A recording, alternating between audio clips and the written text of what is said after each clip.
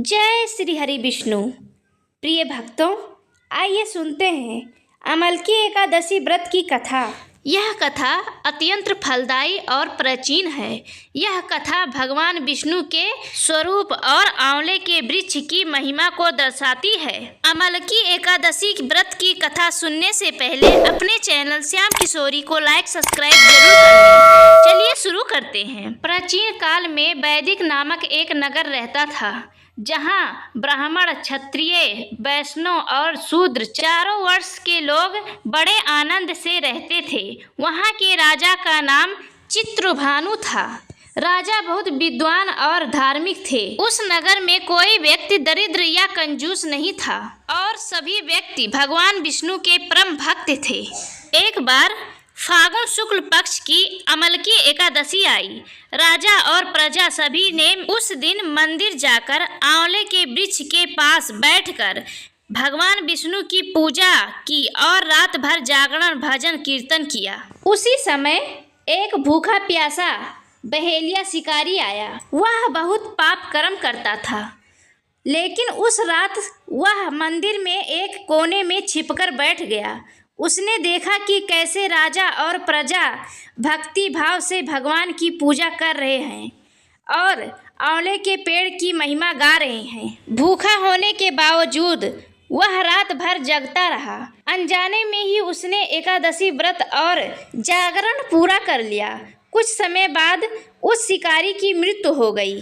अपने अनजाने में किए गए व्रत के प्रभाव से उसने शिकारी का पुनर्जन्म एक प्रतापी राजा के घर हुआ। उसका नाम वसुधर रखा गया। वह बहुत बलवान और धार्मिक राजा बना।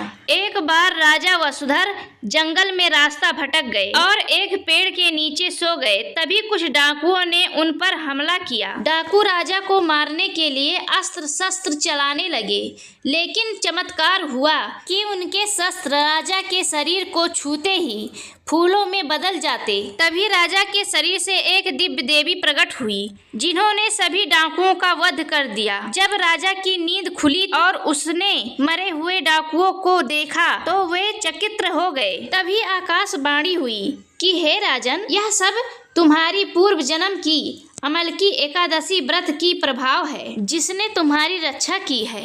यह कथा का मुख्य सार यह बताता है कि यदि कोई व्यक्ति अनजाने में भी श्रद्धा निष्ठा के भाव से अमलकी एकादशी व्रत का पालन करता है या जागरण करता है तो उसके जन्म जन्मांतर के पाप मिट जाते हैं और उसे भगवान विष्णु की विशेष कृपा प्राप्त हो जाती है। अमलकी एकादशी व्रत के बारे में कुछ और विशेष बातें बताई गई हैं, जैसे कि आंवले का वृक्ष माना जाता है कि जब भगवान विष्णु ने सृष्टि के रचयिता ब्रह्मा जी को उत्पन्न किया, तब भगवान विष्णु के आंखों से खुशी के आंसू गिरे, जिससे आंवले के वृक्ष का निर्माण हुआ। इस व्रत को करने से समस्त तीर्थों के दर्शन के समान पुण्य मिलता है। आइए जानते हैं अमलकी एकादशी व्रत में कौन कौन सी सामग्री होती है। अमलकी एकादशी व्रत भगवान विष्णु और आंवले के वृक्ष की पूजा को समर्पित है। इस व्रत के पूजा विधि के लिए आपको कुछ विशेष सामग्री की आवश्यकता होती है, जैसे कि भगवान विष्णु की प्रतिमा या चित्र पूजा करने के लिए आंवले का पौधा या वृक्ष। यदि घर के पास वृक्ष न हो तो आंवले का एक टहनी या फल का उपयोग किया जा सकता है। कलश के लिए तांबे या पीतल का लोटा ले सकते हैं। पूजा को विधि विधान से संपन्न करने के लिए विशेष वस्तुओं को एकत्र कर लें, जैसे कि शुद्ध गंगा जल या शुद्ध जल, पंचामृत, दूध, दही, घी, शहद और शक्कर, वस्त्र एवं श्रृंगार, पीला कपड़ा, भगवान के लिए जनेऊ, कलावा, धूप, दीप, देसी घी का दीपक, अगरबत्ती, दूब, माचिस। अर्पण के लिए रोली, कुमकुम, अक्षत, बिना टूटे चावल, चंदन पीले, हल्दी पुष्प पीले, फूल, तुलसी, दाल, माला, भोग, प्रसाद, ऋतु फल, आंवले का मुरब्बा या फल, मिठाई, पंचमेवा। भगवान विष्णु की पूजा बिना तुलसी के अधूरी मानी जाती है, इसीलिए इसे जरूर रखें।